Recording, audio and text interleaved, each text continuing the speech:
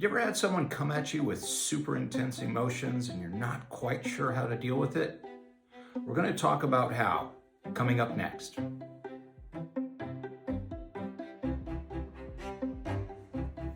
It happens from time to time, right? We get into these kind of emotional battles with one another. Sometimes someone comes to us with a lot of emotion. They're very upset, they're angry, they're sad, whatever it might be. And we're in a place that's really different emotionally in those moments. And sometimes we try to do our best to kind of rise above the moment and meet that kind of intense emotionality that the other is bringing to us with a rational mind, with rational dialogue. And we try to explain to the other person why they're being irrational or why what they're feeling doesn't fit the moment, doesn't fit the actuality of what's going on around them or around us. How does that typically go? Well, I can tell you from experience that when you meet emotion with rational, it doesn't go well. Because when we're in that kind of intense emotional space, whether it's for a rational reason or an irrational interpretation of what's going on around us, our minds are not in a place to hear about a rational explanation of what's going on. So what happens oftentimes then when someone brings emotion to us and then we attempt to bring rationality to that, it ends up blowing up. And then we get emotional. I would get emotional, or you would get emotional in that moment. And then now you've got two people in an irrational or heightened emotional state, butting heads, exchanging barbs, saying things that we don't mean. So when we meet emotion with rationality, it's not the best approach. So what do we do when someone brings intense emotion to us? Because sometimes what happens is it elicits intense emotion in us, and so then we go and we meet intense emotion with intense emotion. That tends not to go well either.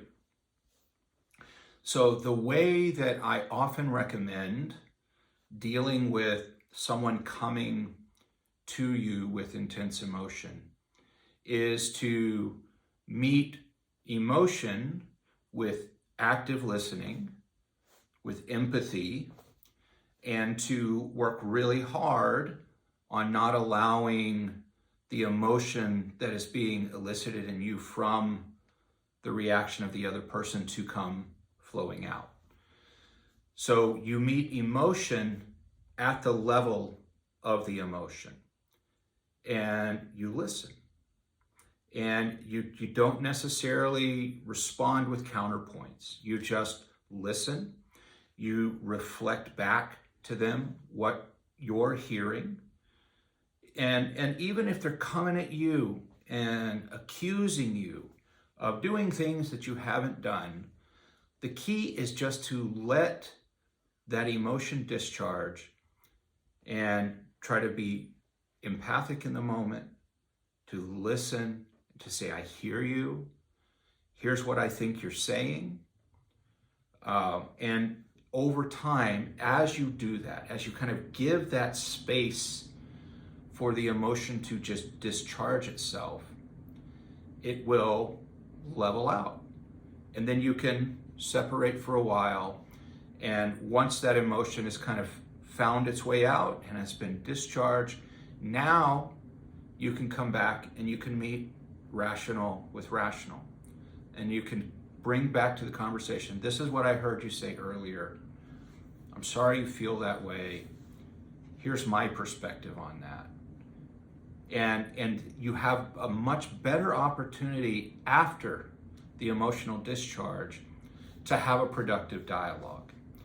And our tendency, unfortunately, is when someone hits us with emotionality, we feel like we've got to get our side in. I mean, you don't have to, but that's the urge. You can, but then the question becomes, how productive is that going to be in the moment? So don't allow your ego, don't allow the tendency to, or that feeling of emotion being elicited into you to spill out as well, where you're meeting emotion with emotion. Let the emotion discharge. Do your very best to listen. Recognize that the kind of the running dialogue in your head that wants to respond to that is ego. It's nothing more than your ego trying to defend yourself, trying to defend itself. So keep that pushed down to the degree that you can for the moment. It doesn't mean that you can't share your side, but you don't have to speak your truth in that moment because it's not going to be well received. It's hard to listen. It's hard to hear when we're in an intense emotional state. So pause, breathe, listen, reflect, keep your ego in check, let the emotion discharge, and then come back at a later time and meet rational with rational for productive, healthy dialogue. If you found today's content helpful, take a moment, hit that like button, share it with anyone else who you think might need to hear this message. And if you haven't subscribed yet, please, before you go anywhere, take a moment to reach out and hit that subscribe button. And until next time, be well.